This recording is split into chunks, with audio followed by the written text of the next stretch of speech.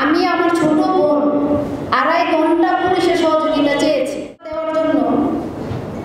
আমার মার বিরুদ্ধে বিভিন্ন মাদক মামলা আছে, এ আছেন সে আছেন, এটা বলতেছে, আমি দেখতেছি। দেখেন, আমার মা শিমুল চেয়ারম্যান যে বছর চেয়ারম্যান হয় ওই বছর এবং কি এর আগের নির্বাচনে আমার মা মহিলা প্রার্থী হয় মেম্বার, যেটাকে ভাইস চেয়ারম্যান বলে গ্রামে। কিন্তু উনি প্রার্থী হওয়ার পরও পাশ করতে পারেননি শিমুল চেয়ারম্যানের জন্য। আর গ্রামের অসহায় যে মানুষগুলো আছে তারা সবাই আমার মার কাছে বিচারের নালিশগুলো নিয়ে আসতেন, প্রায় আশেপাশে গ্রামের সবাই।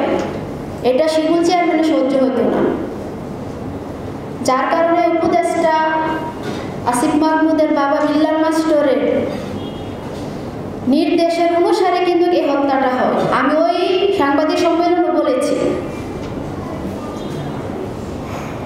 দেখেন এত বড় একটা মার্ডার সকাল 6টার পর ঘটনাটা শুরু হয়। এটা কি আপনাদের বোঝার বাকি আছে যে উপর থেকে নির্দেশ না থাকলে এরকম একটা ঘটনা হয়?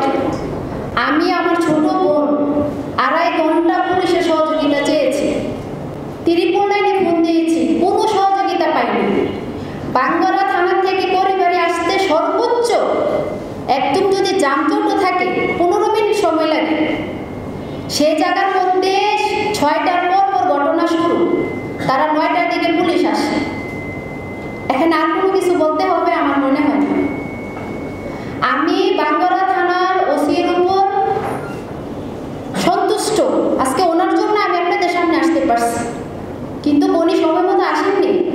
আর আমি ওনাকে কল দিইনি, আমি কল দিয়েছি এসআই নাহিদ।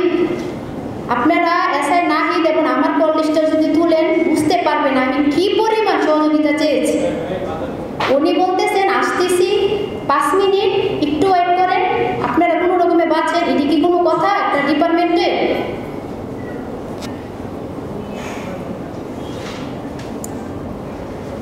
আর আমাদের ঘটনাটার পর যারা আপনাদের মতন সাংবাদিকের সামনে বা মিডিয়ার সামনে যে বক্তব্যগুলো দিয়েছেন, যেমন মুস্তফা পরিবারের, তিনি বলেছেন যে আমরা গতকালকে সন্ধ্যায় সিদ্ধান্ত নিয়েছি এই পরিবারকে একদম শেষ করে ফেলব। এটা আপনারা দেখেন, যারা বক্তব্য দিয়েছেন মিডিয়ার সামনে তারা কিন্তু ঘটনাস্থলে ছিল এবং কি এটার সাথে জড়িত ছিল, তারাও কাজটা করছে। আর আমাদের ঘটনার পর ইচ্ছে করলে প্রত্যেকটি আসামিকে ধরতে পারত। আমাদের ঘটনাটা করে গিয়ে শিমুল চেয়ারম্যান তার বাড়িতে বসে মিডিয়ার সামনে বক্তব্য দেয়। শরীফ পরিবার স্টেশনে ছিল, প্রত্যেকটি আসামি ছিল, তারা কাউরে অ্যারেস্ট করেনি।